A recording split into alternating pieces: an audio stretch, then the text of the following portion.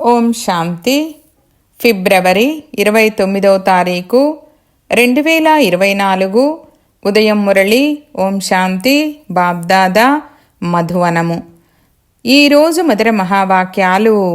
బాబా చెప్తున్నారు, మధురమైన పిల్లలు, మాయా శత్రువు మీ ఎదురుగా ఉన్నాడు. అందువలన తమను తాము చాలా చాలా కాపాడుకోవాలి. ఒకవేళ నడుస్తూ నడుస్తూ మాయలో చిక్కుకుపోతే మీ భాగ్యానికి అడ్డుగీత పడుతుంది.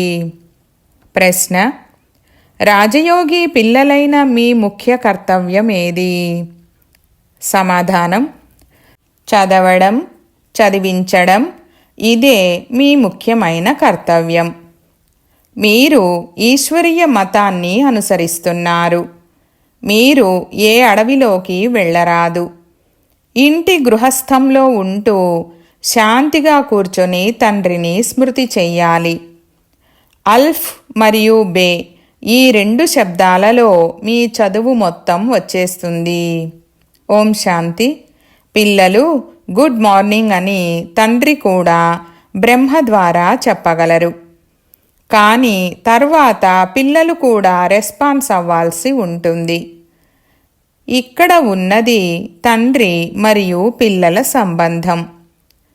కొత్తవారు పక్కాగా తయారయ్యే వరకు ఏదో ఒకటి అడుగుతూనే ఉంటారు. ఇది చదువు. భగవాను వాచ అని కూడా రాశారు.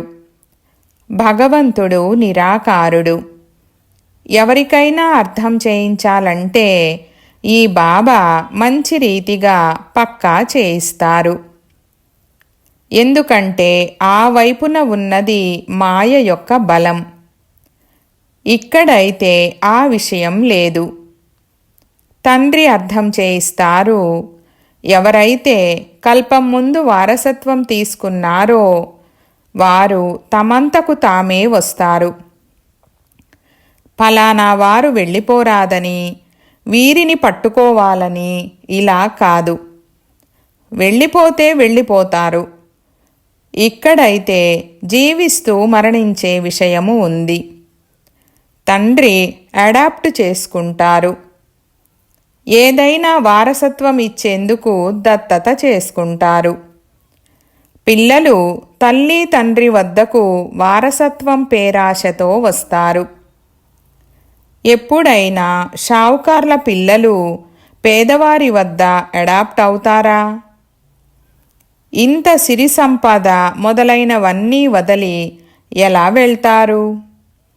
షావుకార్లు అడాప్ట్ చేసుకుంటారు. బాబా మనకు స్వర్గ సామ్రాజ్యాధికారం ఇస్తారని ఇప్పుడు మీకు తెలుసు. ఎందుకు వారికి చెందిన వారిగా అవ్వము?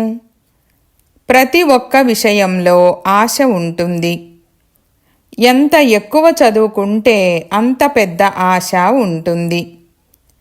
అనంతమైన వారసత్వం ఇవ్వడానికి బాబా మనల్ని అడాప్ట్ చేసుకున్నారని మీకు తెలుసు. 5000 సంవత్సరాల క్రితము వలె మీ అందరినీ మేము అడాప్ట్ చేసుకుంటామని కూడా బాబా చెప్తారు.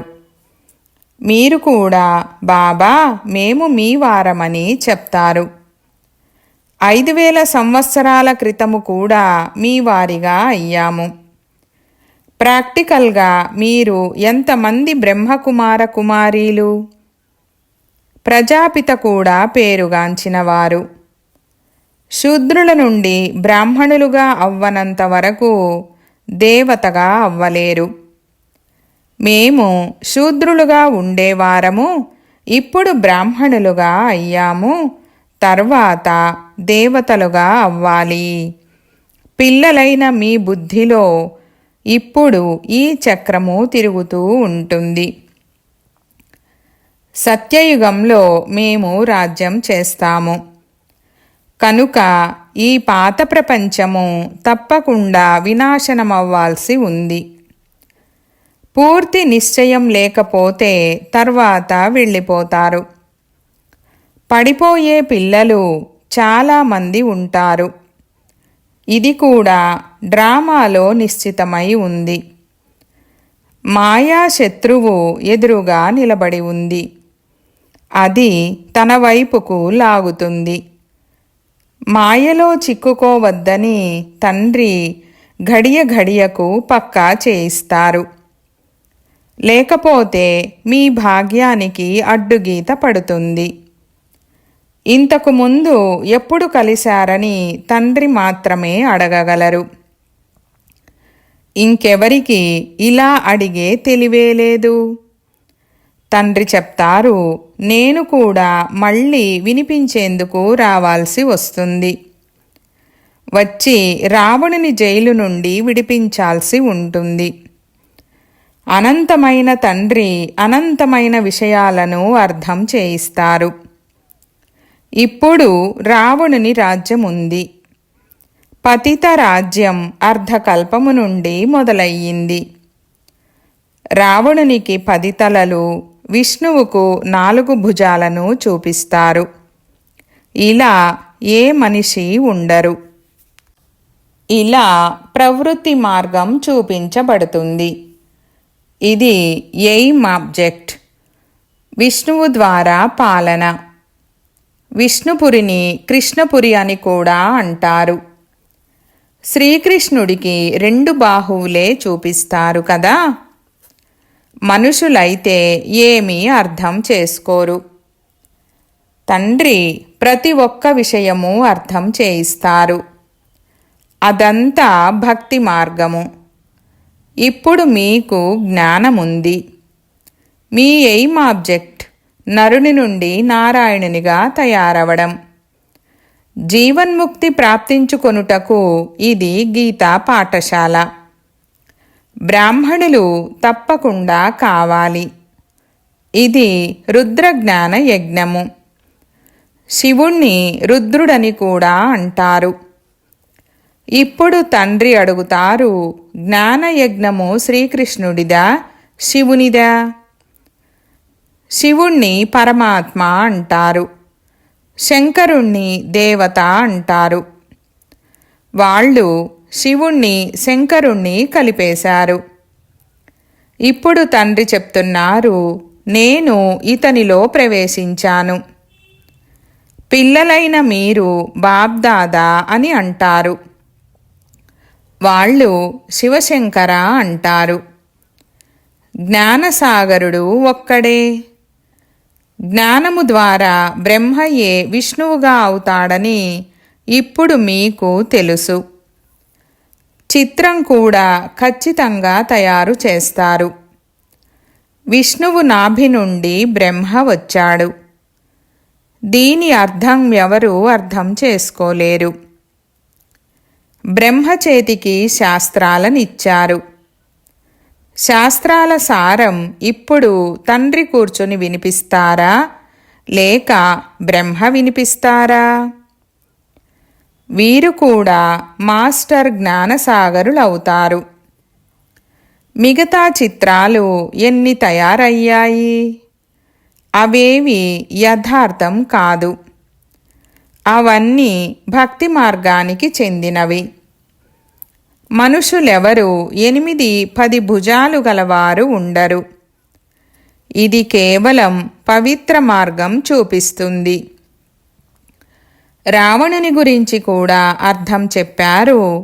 అర్ధకల్పము రావణ రాజ్యము రాత్రి, అర్ధకల్పము రామరాజ్యము పగలు ఉంటుంది. తండ్రి ప్రతి విషయం అర్థం చేయిస్తారు. మీరంతా ఒక్క తండ్రి పిల్లలు. తండ్రి బ్రహ్మ ద్వారా విష్ణుపురిని స్థాపన చేస్తారు. ఇంకా మీకు రాజయోగం నేర్పిస్తారు. తప్పకుండా సంగమయుగంలోనే రాజయోగాన్ని నేర్పిస్తారు. ద్వాపరంలో గీతను వినిపించారనేదైతే తప్పు. తండ్రి సత్యం చెప్తారు. చాలామందికి బ్రహ్మ సాక్షాత్కారము, శ్రీకృష్ణుని సాక్షాత్కారము అవుతుంది. బ్రహ్మకు శ్వేత వస్త్రాలనే చూస్తారు. శివబాబా అయితే బిందువు, బిందువు సాక్షాత్కారమైతే ఏమీ అర్థం చేసుకోలేరు. మీరు చెప్తారు, మనము ఆత్మలము. ఇప్పుడు ఆత్మను ఎవరు చూశారు? ఎవరూ చూడలేదు. అది బిందువు. అర్థం చేసుకోగలరు కదా? ఎవరు ఏ భావనతో ఎవరి పూజ చేస్తారో వారికది సాక్షాత్కారం అవుతుంది. ఒకవేళ మరొక రూపం చూస్తే తికమక పడతారు. హనుమంతుని పూజ చేస్తే వారికి హనుమంతుడే కనిపిస్తాడు. గణేశుని పూజారికి గణేశుడే కనిపిస్తాడు. తండ్రి చెప్తారు, నేను మిమ్మల్ని ఎంత ధనవంతులుగా చేశానంటే వజ్ర వైఢూర్యాల మహళ్ళు ఉండేవి. మీకు లెక్కలేనంత ధనం ఉండేది. ఇప్పుడు మీరు అదంతా ఎక్కడ పోగొట్టుకున్నారు? ఇప్పుడు మీరు నిరుపేదలైపోయారు, బిచ్చమెత్తుకుంటున్నారు. తండ్రి కనుక అనగలరు కదా. ఇప్పుడు పిల్లలైన మీరు అర్థం చేసుకుంటారు, తండ్రి వచ్చారు, మేము మళ్ళీ విశ్వానికి యజమానిగా అవుతాము అని. ఈ డ్రామా అనాదిగా తయారై ఉంది. ప్రతి ఒక్కరూ డ్రామాలో తమ పాత్రను అభినయిస్తున్నారు. ఎవరైనా ఒక శరీరం వదిలి వెళ్ళి మరొకటి తీసుకుంటారు. ఇందులో ఏడ్చే విషయమేముంది? సత్యయుగంలో ఎప్పుడూ ఏడవరు. ఇప్పుడు మీరు మోహజీత్తుగా తయారవుతున్నారు. ఈ లక్ష్మీనారాయణులు మొదలైన వారు మోహజీత్ రాజులు. అక్కడ మోహం ఉండదు. తండ్రి అనేక ప్రకారాల విషయాలను అర్థం చేయిస్తూ ఉంటారు. తండ్రి నిరాకారులు. మనుషులు వారిని నామరూపాలకతీతమని అంటారు. కానీ నామరూపాల నుండి అతీతంగా ఏ వస్తువు ఉండదు. ఓ భగవంతుడా, ఓ గాడ్ఫాదర్ అని అంటారు కదా. మరి నామరూపాలున్నాయి కదా. లింగాన్ని శివపరమాత్మ, శివబాబా అని కూడా అంటారు. బాబా అయితే ఖచ్చితంగా ఉన్నారు కదా. బాబాకి తప్పకుండా పిల్లలు కూడా ఉంటారు. నిరాకారుణ్ణి నిరాకార ఆత్మలే బాబా అని అంటూ ఉంటారు. మందిరాలకు వెళ్తే వారిని శివబాబా అని అంటారు. తర్వాత ఇంటికి వచ్చి తండ్రిని కూడా బాబా అని అంటారు. అర్థం తెలుసుకోరు. మనము వారిని శివబాబా అని ఎందుకంటాము? తండ్రి అత్యంత గొప్ప చదువు 2 పదాలతో చదివిస్తారు, అల్ఫ్ మరియు బే. అల్ఫ్ను స్మృతి చేస్తే బే రాజ్యము మీదవుతుంది. ఇది పెద్ద భారీ పరీక్ష. మనుషులు పెద్ద పరీక్షలు పాస్ అయితే మునుపటి చదువు గుర్తుండదు. చదువుతూ చదువుతూ చివరికి సారం బుద్ధిలోకి వచ్చేస్తుంది. ఇక్కడ కూడా అలాగే ఉంటుంది. మీరు చదువుతూ వచ్చారు. చివర్లో మళ్ళీ తండ్రి చెప్తారు, మన్మనా భవ. అప్పుడు దేహాభిమానము తెగిపోతుంది. ఈ మన్మనాభవ అలవాటైతే చివర్లో కూడా తండ్రి మరియు వారసత్వము గుర్తుంటుంది. ముఖ్యమైనది ఇదే. ఎంత సహజం! ఆ చదువులో కూడా ఇప్పుడు ఏమేమి చదువుతారో తెలీదు.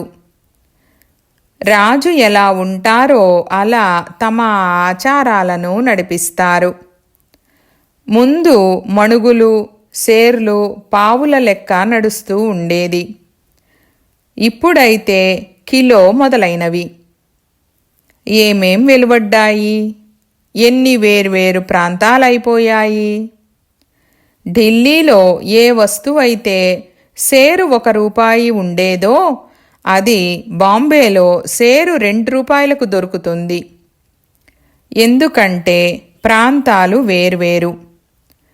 ప్రతి ఒక్కరూ అర్థం చేసుకుంటారు, మేము మా ప్రాంతాన్ని ఆకలితో చంపేయము అని. ఎన్ని పోట్లాటలు మొదలైనవి జరుగుతున్నాయి, ఎంత గందరగోళముంది. భారతదేశం ఎంత సంపన్నంగా ఉండేది. తర్వాత 84 జన్మల చక్రంలో తిరుగుతూ ఇన్సాల్వెంట్గా తయారయింది. వజ్ర సమానమైన జన్మ పనికిరాని గవ్వగా మారిపోయిందని అంటారు. తండ్రి చెప్తారు, మీరు గవ్వల వెనుక ఎందుకు పడతారు? ఇప్పుడు కేవలం తండ్రి నుండి వారసత్వం తీసుకోండి, పావనమవ్వండి. ఓ పతిత పావన, రండి, పావనం చేయండని పిలుస్తారు. మరి దీంతో మీరు పావనంగా ఉండేవారని రుజువవుతోంది. ఇప్పుడు పావనంగా లేరు.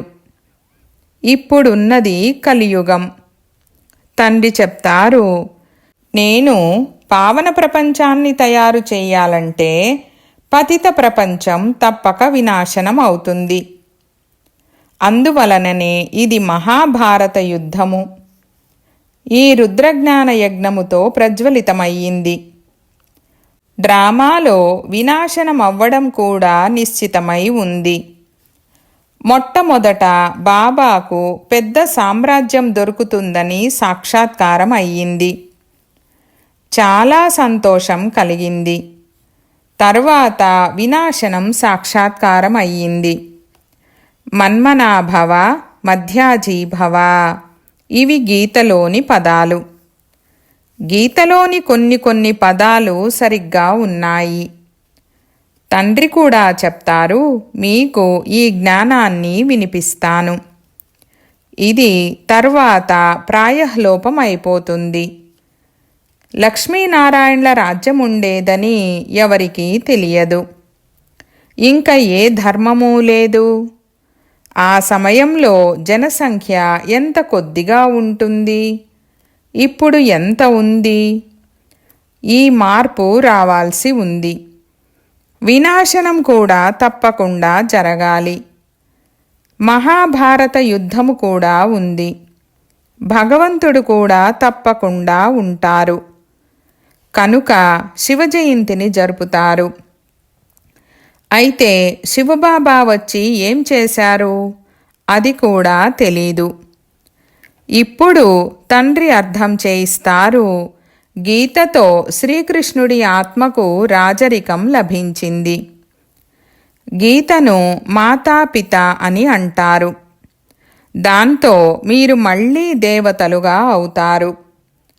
అందువలన చిత్రంలో కూడా శ్రీకృష్ణుడు గీతను వినిపించాడని చూపించారు. శ్రీకృష్ణుడు గీతా జ్ఞానంతో రాజయోగం నేర్చుకొని ఇలా అయ్యారు.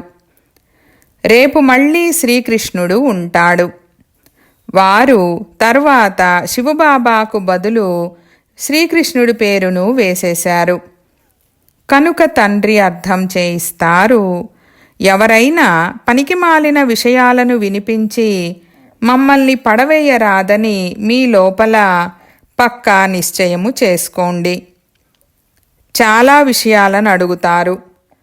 వికారాలు లేకుండా సృష్టి ఎలా నడుస్తుంది, ఇది ఎలా అవుతుంది? అరే, అది నిర్వికారీ ప్రపంచమని మీరే స్వయంగా చెప్తారు. సంపూర్ణ నిర్వికారి అని చెప్తారు కదా. మరి వికారాల విషయం ఎలా ఉండగలదు? అనంతమైన తండ్రి నుండి అనంతమైన రాజ్య పదవి లభిస్తుందని ఇప్పుడు మీకు తెలుసు. మరి ఇటువంటి తండ్రిని ఎందుకు స్మృతి చెయ్యరు? ఇది పతిత ప్రపంచము. కుంభమేళాకు ఎన్ని లక్షల మంది వెళ్తారు? అక్కడ ఒక గుప్త నది ఉందని చెప్తారు. నది గుప్తంగా ఉండగలదా? ఇక్కడ కూడా గోముఖము తయారు చేశారు. గంగ ఇక్కడికి వస్తుందని చెప్తారు. అరే, గంగ తన దోవన సముద్రంలోకి వెళ్తుంది. ఇక్కడ మీ వద్దకు పర్వతం మీదికి వస్తుందా?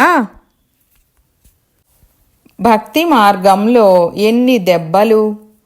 భక్తి, జ్ఞానము, తర్వాతే వైరాగ్యము. ఒకటి హద్దు వైరాగ్యము, రెండవది అనంతమైన వైరాగ్యము. సన్యాసులు ఇల్లు వాకిలి వదిలి అడవిలో ఉంటారు. ఇక్కడ ఆ మాట లేదు. మీరు బుద్ధితో పాత ప్రపంచం మొత్తాన్ని సన్యసిస్తారు. రాజయోగి పిల్లలైన మీ ముఖ్య కర్తవ్యం చదవడం, చదివించడం. ఇప్పుడు రాజయోగం ఏదో అడవిలో ఎంతమాత్రం నేర్పబడదు. ఇది స్కూలు. శాఖలు వెలువడుతూ ఉంటాయి. పిల్లలైన మీరు రాజయోగం నేర్చుకుంటున్నారు. శివబాబా నుండి చదువుకున్న బ్రాహ్మణీలు నేర్పిస్తారు. ఒక్క శివబాబా కూర్చొని అందరినీ చదివించరు. అయితే ఇది పాండవ గవర్నమెంట్. మీరు ఈశ్వరీయ మతములో ఉన్నారు. ఇక్కడ మీరు ఎంత శాంతిగా కూర్చున్నారు. బయట అనేక హంగామాలు నడుస్తున్నాయి. తండ్రి చెప్తారు, పంచవికారాల దానమిస్తే గ్రహణం తొలగిపోతుంది. నా వారిగా అవ్వండి. నేను మీ కోరికలన్నింటినీ పూర్తి చేస్తాను. పిల్లలైన మీకు తెలుసు, ఇప్పుడు మనము సుఖధామానికి వెళ్తాము. దుఃఖధామానికి నిప్పు అంటుకోనున్నది. పిల్లలు వినాశనాన్ని కూడా సాక్షాత్కారం చేసుకున్నారు. ఇప్పుడు సమయం చాలా కొద్దిగా ఉంది. అందువలన స్మృతి యాత్రలో తత్పరులై ఉన్నట్లయితే వికర్మలు వినాశనం అవుతాయి. తరువాత ఉన్నత పదవిని పొందుతారు. अच्छा, मीठे मीठे सिकीलधे बच्चों प्रति माता पिता बाप दादा का याद प्यार और गुड मॉर्निंग। रूहानी बाप की रूहानी बच्चों को नमस्ते। हम रूहानी बच्चों की रूहानी बाप दादा को याद प्यार, गुड मॉर्निंग और नमस्ते नमस्ते बाबा नमस्ते। ధారణ కొరకు ముఖ్య సారము. 1వ పాయింట్, తండ్రి వారసత్వానికి పూర్తి అధికారాన్ని తీసుకునేందుకు జీవిస్తూ మరణించాలి. అడాప్ట్ అవ్వాలి. ఎప్పుడూ కూడా మీ ఉన్నతమైన భాగ్యానికి అడ్డుగీతను గీసుకోరాదు. 2వ పాయింట్, ఏవైనా వ్యర్థమైన విషయాలు విని సంశయంలోకి రాకూడదు. నిశ్చయము కొద్దిగా కూడా కదలరాదు. ఈ దుఃఖధామానికి నిప్పు అంటుకోనున్నది కనుక దీనితో మీ బుద్ధియోగాన్ని తొలగించాలి. వరదానము: సమయ ప్రమాణంగా తమ భాగ్యాన్ని స్మరణ చేస్తూ సంతోషం మరియు ప్రాప్తులతో నిండుగా తయారయ్యే స్మృతి స్వరూప భవ. వివరణ: భక్తిలో స్మృతి స్వరూప ఆత్మలైన మీ స్మృతి చిహ్న రూపంలో భక్తులు ఇప్పటి వరకు మీ ప్రతి కర్మ యొక్క విశేషతను స్మరణ చేస్తూ అలౌకిక అనుభవాలలో మైమరచిపోతారు. కనుక మీరు మీ ప్రాక్టికల్ జీవితంలో ఎన్ని అనుభవాలు ప్రాప్తించుకొని ఉంటారు? కేవలం ఎలాంటి సమయమో ఎలాంటి కర్మలో అలాంటి స్వరూప స్మృతిని ఎమర్జ్ రూపంలో అనుభవం చేస్తే చాలా విచిత్రమైన సంతోషము, విచిత్రమైన ప్రాప్తుల భండారంగా అయిపోతారు.